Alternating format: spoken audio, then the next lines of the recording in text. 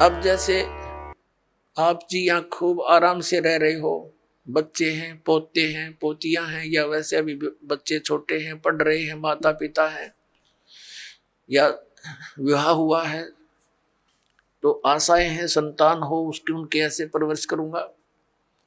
तो यहां से तो एक दिन चलो चलो होगी, कभी भी हो सकती है वो चलो। अब यहां से मृत्यु हुई, पुण्य पाप के आधार से, पुण्य के आधार से स्वर्ग गए। स्वर्ग का भी सीमित समय है, जैसे यहाँ का समय है।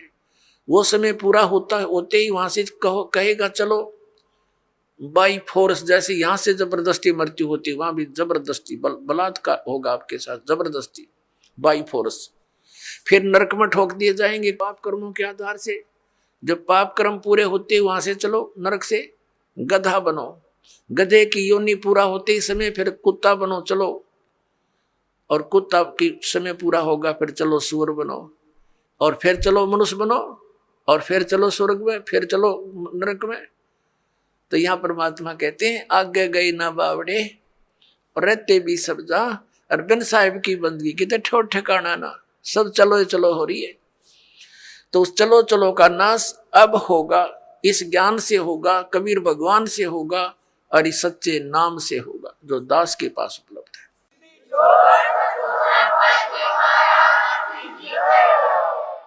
और इसका एक बेनिफिट और होगा हमें कि हमारे इस जीवन में हमारे परिवार की आपदाएं भी टलेंगी। आपकी आयु शेष नहीं है, आपकी आयु बढ़ाएगा ये वो भगवान है जो उम्र भी बढ़ा देता है। आपके बच्चों की, आपके परिवार की रक्षा करेगा, आपके रिश्तेदारी तक भी परमात्मा आपको दुखी ना होने के कारण वो वहां तक भी आपके रक्षा करेगा कि मेरी आत्मा को चोट ना पहुंचे, वहां तक सुख देने की चेष्टा करेगा। ये ऐसा परम पिता है, ये कबीर भगवान है।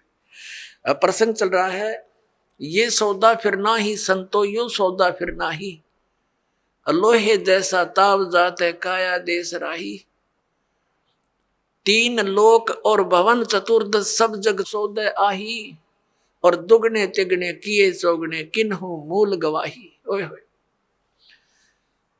ये मनुष्य शरीर ऐसा जानो जैसे कारीगर होते हैं।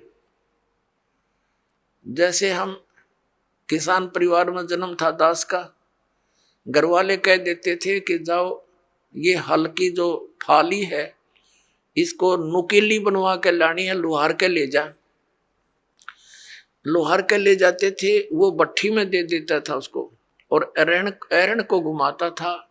जब वो बिल्कुल लाल हो जाती थी फाड़ी, कुछ जो हल में लोहे की है डंडा सा इतना लंबा, और वो जब कति गर्म हो जाती थी तब तुरंत निकाल कर और एरण पे धर देता था और कहता था घण लगाओ, जोर जोर से मारो ना ठंडी हो जाएगी, फिर कोई फायदा नहीं। तो तुरंत यानी गर्म लोहे पर तुरंत चोट मार के उसको बिल्कुल नुकीली बनाकर और दे देता था। ऐसे ही गर्म लोहे पर चोट लगाकर ये लोहार लोग, कारीगर, जैसे ये पेचकस वगैरह वो जो भी पलटा चम्मच ये बनाते थे। तो जब गर्म है, गरम गरम पर चोट लगा दी, लोहे के साताव है ये, तो वो तुरंत उसका जो बनाना चाहते वो बन जाता है। जरा सा ठंडा हो जाए तो बेशक उस पर थोड़े मारे जाओ, उसका कोई यूज नहीं, बांगा टेढ़ा बन जाएगा।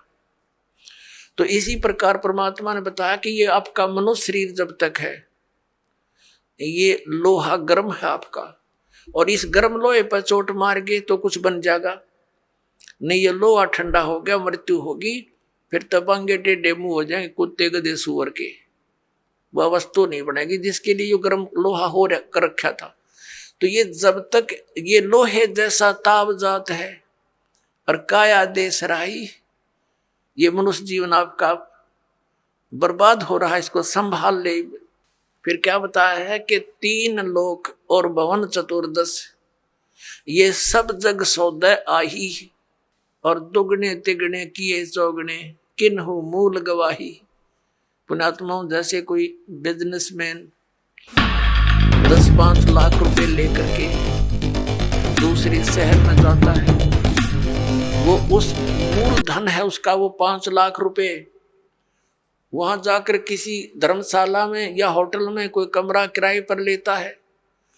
उसने वहां जाकर के उस मूल धन को दुगना तिगना चौगुना बनाने के लिए बिजनेस करना चाहिए, जो उद्देश्य लेकर वो गया है।